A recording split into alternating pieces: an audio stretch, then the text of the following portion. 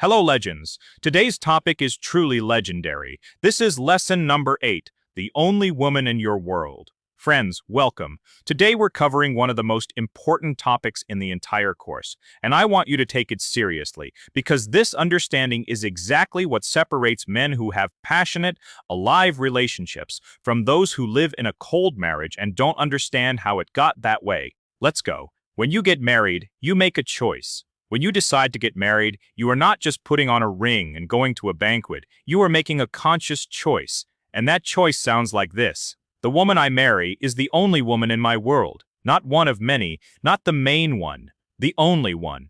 This means that everything you want to receive from a woman, emotions, closeness, passion, support, inspiration, physical attraction, you now seek only in her, only with her, only through her. The moment you start looking for it somewhere else, in another woman, in fantasies, in constant comparisons, that's it. Problems begin, not because you are a bad person, but because you are scattering your focus. You are watering someone else's flowers instead of your own garden. What it means that she is the only one. I understand this sounds harsh. There are beautiful women around. Social media is full of images. The brain reacts, that's normal biology. But a mature man knows how to manage his attention. All other women are simply background. They exist, yes, but they're not in focus. They're not in your life. They're not in your head. Your woman is at the center. Everything else is a blurred background behind glass. When you live with this mindset, something interesting happens. You stop wasting energy on what isn't yours, and all that energy, attention, desire, interest, starts going where it should, into your relationship, into your woman, into your shared world. And that's when relationships bloom. Relationships are a garden that needs watering. There is one metaphor I want you to remember forever. Your relationship is a garden. In the beginning, when everything was just starting, you watered that garden every day. You called just because. You came up with surprises. You were attentive to details. You wanted to impress, to make her happy, to win her over. And the garden bloomed. Everything burned, everything was bright, everything was alive. Then you relaxed a little, then a little more. Then you stopped watering altogether because it seemed like it would take care of itself somehow. And the garden began to wither.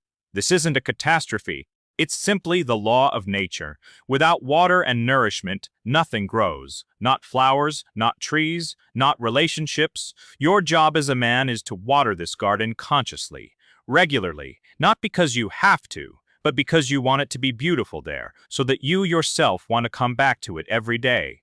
What to do if the passion has already faded?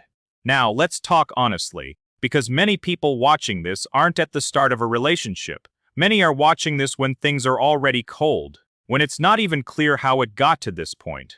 The first thing you need to do is accept one important fact. Any relationship will cool down if you stop investing in it.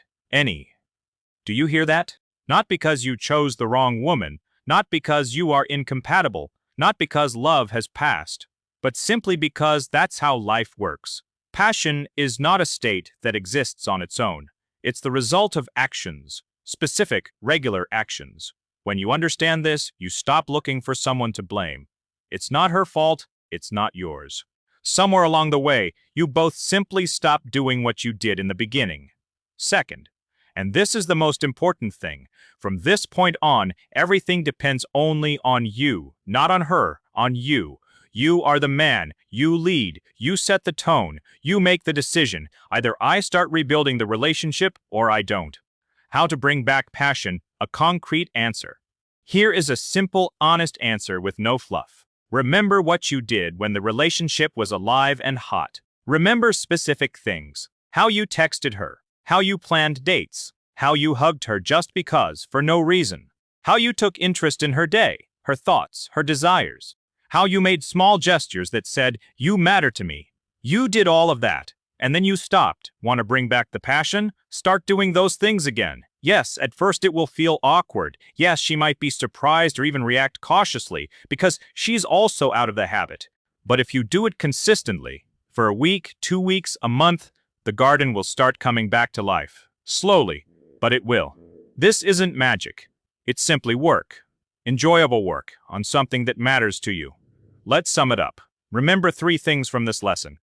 First, when you get married, You make a decision. She is the only one. All your focus, all your energy, only on her. Second, relationships are a garden. Without constant investment, it will wither. This isn't a question of love. It's a question of actions. Third, if the passion is gone, don't panic and don't look for someone to blame. Simply start doing again what you did in the beginning. It works. Always. We're almost at the end of the course. Just lessons 9 remain. You are all doing great. Let's keep going.